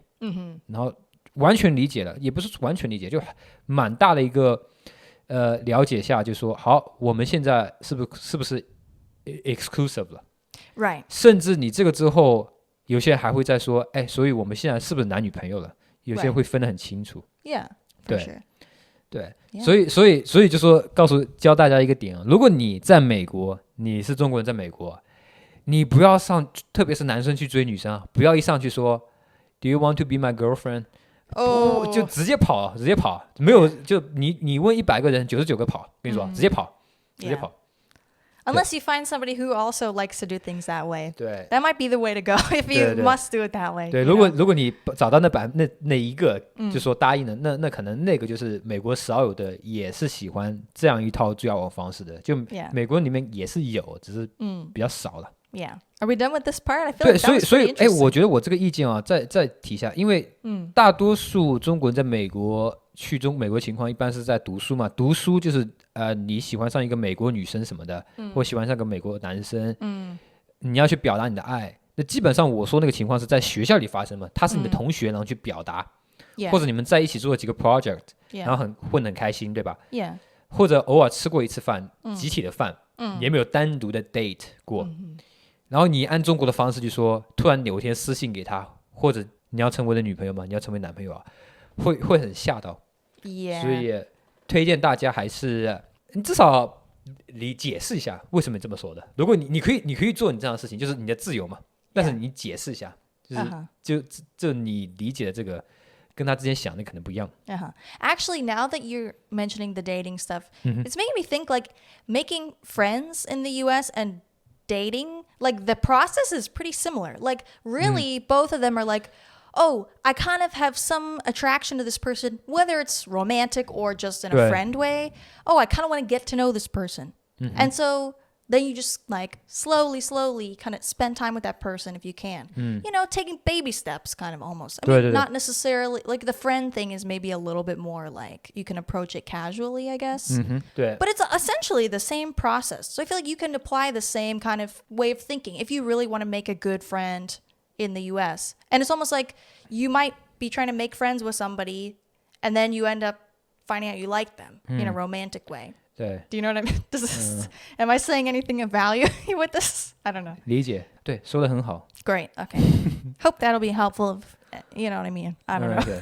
哎，这样子可以引出一个话题吗？就是说，你们可以留言告诉我们，说你在国外特别美国嘛，我们就不说不泛指国外的，在美国你们生活哪些需要我们帮你理解的点，或我们可以做个关于这种特定的 Q&A， 我们帮大家好好理一列思路，就像美国人的思路是怎么理解这个事情的。Oh yeah, that's actually a great idea. 可以收集一些问题，如果大家想看这一集的话。Yeah, for sure. That's a fantastic idea. 大家怎么告诉我，大家懂的吧？大号 kathrynandsid 微博B 站YouTube 疯狂留言催更点赞，对吧？疯狂，对吧？我们不介意催更，疯狂留言，留言不要钱。Okay. 下一个吗？ Sure. Okay, so back to Chinese language related stuff. Okay. I'm not sure how you feel about this point, but something that I kind of have noticed is I really think that in English, we say, at least Americans, we're constantly saying, I think, I feel, I think this, I feel like, blah, blah, blah, 对对 in the beginning of sentences. 是 Like every single thing is almost like has a disclaimer in front of it, like this is just my opinion, right? 对 Whereas, you know, I'm trying to do my speaking Chinese and then constantly saying that, and I feel like it sounds really awkward, right? 我想到那个画面就觉得很尴尬。我觉得 it's really hard for me to get out of that habit. 对 And so you do agree with me, like 对 that gets omitted a lot, like 是 this effectively a disclaimer saying this is just what I think, this is my opinion. So it's like you say something and it kind of is like as if you're stating a fact. 是 And I think that kind of contributes to some confusions about what's just an opinion, what's fact. You know what I'm getting at? 是 I feel like there's a difference in thinking there. And I'm still trying to like wrap my head around that. You know what I mean? 所以说可能不太懂中文或没懂中国人的美国人会觉得会误解，因为他不用 I think my opinion is 这种放在日常的对话里，会觉得这个人怎么这么直接啊 Right, or 这明明是你自己的想法，为什么你要把它说得像个事实一样的？ exactly. Like I think especially if you are perhaps speaking in English, but you're still kind of learning it maybe, and then you just kind of speak the way that you would normally speak in Chinese, and then you're omitting those. I think blah blah blah, or I feel like blah blah. I really feel like you can run into some problems, like you're saying something like, "Oh, this is this way." It's just your opinion, but it doesn't get conveyed. And I think that can produce some反感。还真的就是不只说讲话，就互联网上一些中文式的发言，也是直接以对吧？就英文的话就是可能是说I think 叭叭叭叭叭叭叭，那中文的话可能就直接说出来了。是这个人感觉这个人怎么这样子 ，Yeah， 因为他不说，对吧？他不会说我觉得这个，也有时候会说吧，但是也有了，但是只是说好像没有英文就是那么小心，我能这么说吗？就英文讲那个美国人吧，讲英文特小心。I think that's correct. 他会分得很清楚。That's what I mean. Yeah, 对，他会分。Be careful about making it clear. This is just my opinion. 对 It's not a fact. 对对，他会分很清楚，这是事实，这是我的感受，不要把它混在一起。Yeah. 对。Yeah. So just something I noticed, maybe a small thing, and maybe it doesn't produce as many kind of misunderstandings as the other stuff that we mentioned, but I feel like it could. I feel like it does. 对，有一点吧，这种东西有点难避免，讲实话。Yeah, it is. 这不像那个，比如说你点餐那个是完全。That one's easy to adjust. 对，然后这个你要怎么去理解？哎呀，你这个你也没办法让所有美国人都知道中国人不是你知道吗？恶意，这个很难啊。反正反正唯一能避免的方式就是，反正所有人都小心点，就是包括美国人。是不是？好像你这个，如果你要到达一个点，就是全世界各国人民都很相互理解，那就是它的前提一定是所有人都变得很小心。但这个样子，这好像也是有点太累，对吧？ Yeah, I really think the key is just like you try and find out as much as you can, so then at least you can understand what's going on, and you're not gonna have as many misunderstandings. I think that's all you can do. Here's another Chinese language related one. Okay, so this is basically before I started learning Chinese, and I think this applies to a lot of people, Americans, who have never studied Chinese or have no really knowledge about the language. It seems like everybody's intimidated by Hanzi in a huge way. Like to the point where that will be the deciding factor in, am I going to study Chinese or some other language?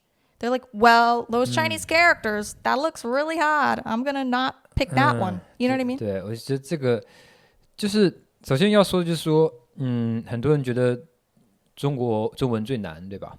然后包括中国人知道别人觉得中文最难，然后很多中国人是把它当成一个骄傲的点。我觉得语言难不难？我觉得没有必要当成一个骄傲的点。你说这个语言很有文化，很精简，很有效率，但是它难学。我首先觉得它不是一件什么太让人骄傲的事情，因为你学会了这个语言，你本身就是母语啊，你也不代表你比别人强，对吧？这有点扯远了。但是对，就是说很多外国人就看到中文这个字，因为他没有这种写字的这种系统，这种象形文字的东西，对吧？他就是英文字母啊组起来，然后发音这样子的，读那个音，所以他觉得他的脑袋没转过来，他觉得哇，这个中文是这么写字的，每一个中文字居然是一个 picture。 Yes, and my parents have you ever, did you hear this? I don't know, I probably mentioned it. My parents they said to me like, how can you understand what those little pictures mean? Like, how can you even know? Like, what? It seems so confusing. 他爸妈他爸妈是个高等教育出来的人， Yeah. 都觉得都想不通，你怎么可能懂中文的？一张张小照片放在一起，你居然知道这个字怎么读？你要记读好，哎，这张照片是读这个音，这张照片他就完全理解不了。所以很多美国人觉得中文是最难的，是因为他完全不理解这东西怎么运作的。但是其实中文没有他想的那么难啊。Yeah. 就对吧？就是说你这个文字，你是可以熟能生巧，对吧？你学就是1、2、1、2、3、4、5、6、7、8，你读多了，对吧？你学多了，你就慢慢积累起来嘛。而且你又不需要记个十几个、几十万个汉字，对吧？你需要几千个不就够了？就可以日常就够了，看得懂了，对吧？所以没有想这么难。而且中文的语法，我是真的觉得所有的我了解的这么多语法里面，日文的、英文的、什么法文的、中文的语法，我觉得是最简单的。就很容易上手，只是那个声调4声嘛，因为别的语言没有这种东西，你要去习惯一下。这也不是什么学不会的东西，这也不是说你学会中文你是高智商，没有这种东西。但我觉得就是那个误区哦，就中文就觉得太难了，主要是来自于那个字，他们不知道这个字是怎么运作的，所以他们把这个过于想的难了。Yeah, and even to the point where I think my teacher mentioned to me, my Chinese teacher mentioned, she has had some students where they maybe are like a little bit older. They're like the working adults. They're working in China, right? And they want to learn some Chinese, but they're like, I'm not really trying to like go all the way. So they're like, I don't want to learn Hanzi. I'm not going to do it. But in fact, it actually makes it easier to study if you learn Hanzi. And Hanzi just is actually quite learnable and helpful just because the different radicals and different parts, you can kind of understand the meaning even if you don't know how to pronounce it. You know, you can kind of get some information. There's information there that's really useful. 中文的精髓就在汉字本身啊，这个，然后很多外国人就看到这个汉字，觉得这个太难了，我不可能学的。所以看那个例子里面，就在中国工作的外国人想要了解学习中文，他们首先的想法就是说，我跟你学中文，但是我就汉字好像太难了，我就不学汉字，我就学一些我平时说的。但是你汉字不学，你怎么能快速的学那个说的东西啊？你要懂汉字啊。所以就是我觉得给这个中文最难，这个汉字太难了，永远学不会。我觉得这个印象就起到副作用。就除了就我觉得这个我觉得没有必要整天说中文最难，没必要，我觉得，对吧？Of course, it is hard. It's definitely hard. It's just, I think the reason why people get scared of it is because it's just very different. 学任何一门语言都很难啊。Yeah, that's true. 但有例外，可能比如说，你会西班牙语，你可能学一个跟西班牙语很像的语言 Italian, you 对， speak Italian, 意大 you 利 learn Italian, you can pick that up very quickly. 对你西班牙语会一个，你学意大利语这个简单。但是如果你不懂这门你这个类似语言你都没有学过，你学任何一门语言都很难。其实，就中文和英文比，讲实话，我觉得英文更难，因为英文没有效率啊，因为这个语言没有规律啊，所以它很多特殊情况啊，发音还很多特殊的，什么法语的发音，什么拉丁文的古拉丁文的发音啊，什么词缀词尾的什么东西的，所以我觉得因为英文难，因为英文没有这么精简，没有那么有效率，所以它难啊。我反而觉得中文的是很有效率的语言，我觉得反而觉得在中文这方面应该是简单的，所以我不觉得中文最难。我有时候经常听到互联网上就是这个外国人会说中文，哇，这个外国人绝对牛逼，或者是说这个外国人不可能说中文啊，这个不可能啊，这说中文这么难学，就好多互联网上就带着这么一种思考的一种评论的一种思维，我觉得没必要。It's so fun. I feel like as us, foreigners who are studying Chinese and can get to a certain like past absolutely beginner level. Once it's like we have too many advantages here. Like everybody seems to think we're impressive, but we didn't do very much. Like it's actually not that hard. Like Americans are, like my family's like, wow, you can speak any bit of Chinese. Oh my God, that's amazing. Like I feel like I'm like very lazy, right? So I've not really studied that hard, but I'm still able to get to a certain level where I feel pretty comfortable using it. And then there's that group of people on the Chinese internet who are definitely like, wow, oh my God, this foreigner can study this super hard language. And I'm so impressed with you. You know what I mean? It's like you're making it too ezy for us, you guys. You know what I mean?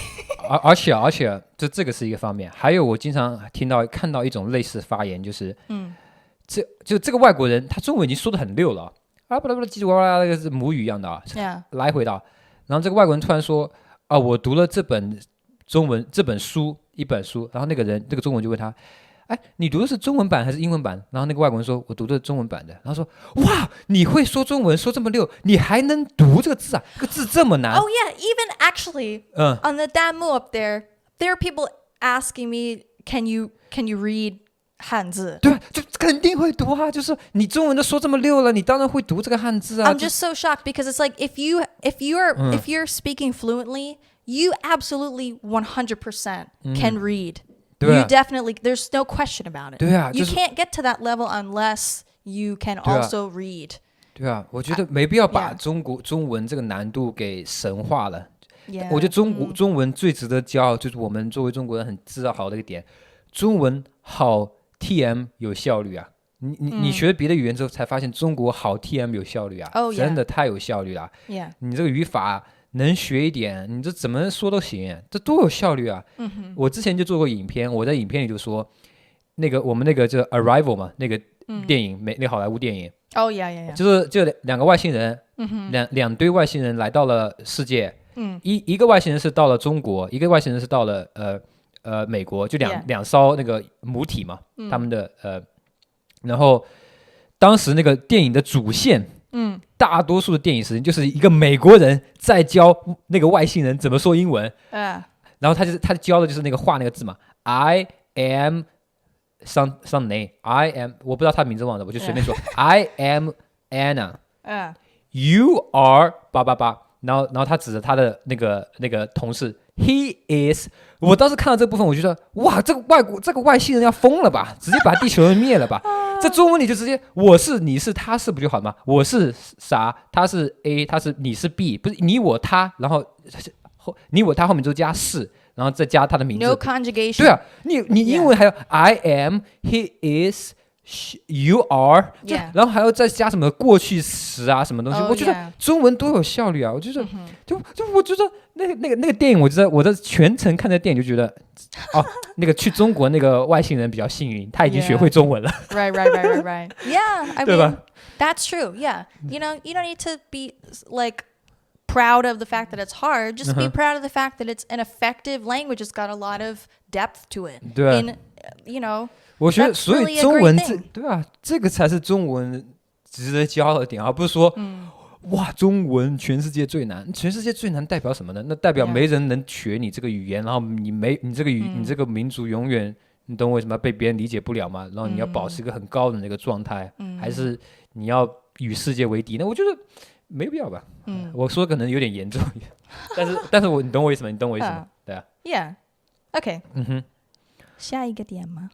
下一个点 ，OK。Okay, I have like two more, I guess. OK， 两个。Okay. Yeah. So back to more culture stuff. So one thing that I've noticed is, especially among like Americans who really have no concept of what China is actually like, I think they probably assume that most people who live in China would probably rather live somewhere else, especially because there are a lot of like Chinese immigrants in a lot of places, right? But really what I noticed, people love living in China, you know what I mean, who live there. They're happier there. Like I've seen a lot of people complaining. They're like, oh, America, this stuff is so 不方便, annoying. This stuff's so annoying. Why is so, even, come to Japan, it's so slow. Why is it so annoying? You know what I mean? So there's just this kind of like preconceived notion that a lot of Americans have, I suppose. That just like, this is not very true. Like, don't be so arrogant about your whole situation. Oh, you're gonna come to our country, blah blah blah. Like, chill, you guys. People are happy living in their, home country. People are happy living there. Just chill. You know what I mean? 中国人去美国是要赚钱，是要利用你们。就是他不是中国人，这么多中国人去美国，可能会真的会让美国人觉得，哎，好像中国人都喜欢来移民到美国，对吧？ Yeah. 但其实对啊，但如果在钱那些因素抛开之后，纯比在哪里生活的开心，就在很大方面来讲，很多中国人是宁愿生活在中国的。Yeah. 去美国，对啊，对，之所以我没有做说什么。我去了美国的印象，学了英文之后对美国的改变。因为我去美国，我就知道我是那个教育系统好，我要去拿个文凭。然后美国比较有钱，我可能过去能赚大钱。就是中国去美国，其实大多是带这种思想。Sure. 对 Yeah. Should I do the last one now? OK， 最后一个什么呢 Okay. This one's kind of a more broad or abstract kind of thing. Okay. I learned that being educated does not necessarily mean that you have a better understanding of the world. Like just because you have like a master's degree or something or a PhD doesn't necessarily mean that you really understand everything that's going on. And here's how I'm connecting this back to our topic, right? For example, my parents, they're very well educated. They both have pretty good, high level degrees. However, I can be pretty shocked by their views about China, which seem really biased, And in the same vein, same kind of way, I've met a lot of people, I've seen a lot of people who are highly educated in China where I've been shocked by their views about certain things. So it's not like, I'm not trying to say anything about I understand whatever thing better. But you know what I mean? Like, it's not necessarily representative of, your understanding of things. 对，你这个点作为最后一点，相当于就是有点总结了嘛。就是你去了中国之后，因为中国是你第一个长久住的第二个国家嘛，对吧？就不是你自己的国家。然后你理解很深刻一点，就用各种身边的例子，就是你有受高等教育，不代表你看这个世界的看法是正确的，正确不太，就是说不带偏见的。或者是理性好了，是，对，就是说，你举的例子说你爸妈学历很高，对吧？但是真的没去过中国，也没了解中国文化，也没有学过中文，那经常就会问一些，可能你去了中国人就说，你为什么会这么想 ？Right, exactly. 然后你在中国也看到很多中国教育很高的人，然后也会问出一些同等的一些问题。Sure, yeah. 所以的话，那就是你这个总结就是这个世界没戏了，人类社会没戏了，就这个矛盾就是一直存在，对吧？ Yeah. 跟教育无关，你学的再好都是有偏见，对吧？ Even I would also say like before, I kind of perhaps had maybe some prejudices against people who didn't have a, higher education. But now I feel like my views on that have changed, because I've definitely interacted with more people who did not, they didn't necessarily go to, maybe didn't even go to college or high school or whatever. But, there's still a lot to respect there. And they still have a lot of sense and they're just smart anyway. You know what I mean? 是，好像这方面真的跟教育无关。只是说大多数接受越高等教育人越有可能去体验过，或者有时间去体验别的一些文化。而不是说他高教育的本身导致他能理性的看待各个文化，是，而且他刚好是这帮人刚好有机会去体验，所以体验他就理解，所以跟教育本身无关。所以你可以是没有什么教育的人，但是你就非常理解，对吧？这也对啊，这个确实是蛮深刻的一课。然后这一课，对啊，就是 That's kind of a personal thing for me. It's almost like I personally came to that conclusion in a more general sense, and I'm like, oh, I'm glad that I kind of learned this. 对，其实就是比较后面的讲东西比较私人，就是我跟 Kat 吧，就是我们两个就从做视频开始到现在，真的想法改的超多，就是改变真的超多，就说的夸张一点，我是真的觉得我每隔几个月就有一次成长，就是对于这种各个世界民族国家的看法的一些小小的转变，这些每次一种转变，可能转过来转回去转过来，但每次转变我都觉得是一种进步吧。因为你在反复推敲的过程中，你才能可能找到那个真实的自己的想法吧。有点在王婆卖瓜是吧？王婆卖瓜，自卖自夸。I don't know what this means. 就是你自己吹牛。Oh, okay. 对，反正对啊， Yeah, 这是你最后一个点。 yeah, that's all I've got. 这个点你有学到什么吗？就是说难道不会真的就是没什么希望是吧？你就已经就是说你现在美国中国这么多矛盾也修复不了了已经。It's just like, oh, I don't know what we can do about this. It's just something I've learned, that's all. Okay. I'm not here trying to, come up with all the answers. 好像确实目前没有什么太有效的方式去修复这个问题。就我们之前刚做视频的时候血气方刚，就是每天介绍一些文化差异，觉得慢慢的大家就懂了，对吧？现在想想太天真了，因为你想了解人都已经看这视频之前就了解了。Yeah. 你不想了解人，你看这个视频之后也不会改变，而且只会当成一个噱头来看。哦，你这好奇怪，你这个文化好奇怪，中国好好这种，或者美国好好，中国不好这种。对，反正那就没有什么特别好的办法，好像那就等外星人来吧，等外星人来了我们就团结了。Yeah. 你看，在这么大的一个疫情情况下，我们也没有团结。你不是要有一个外部的敌人吗？我们就团结吗？你看这个疫情也没有团结，那可能这是叫外星人啊。OK. 是不是？OK. 差不多了吧？差不多了，对吧？ Yeah.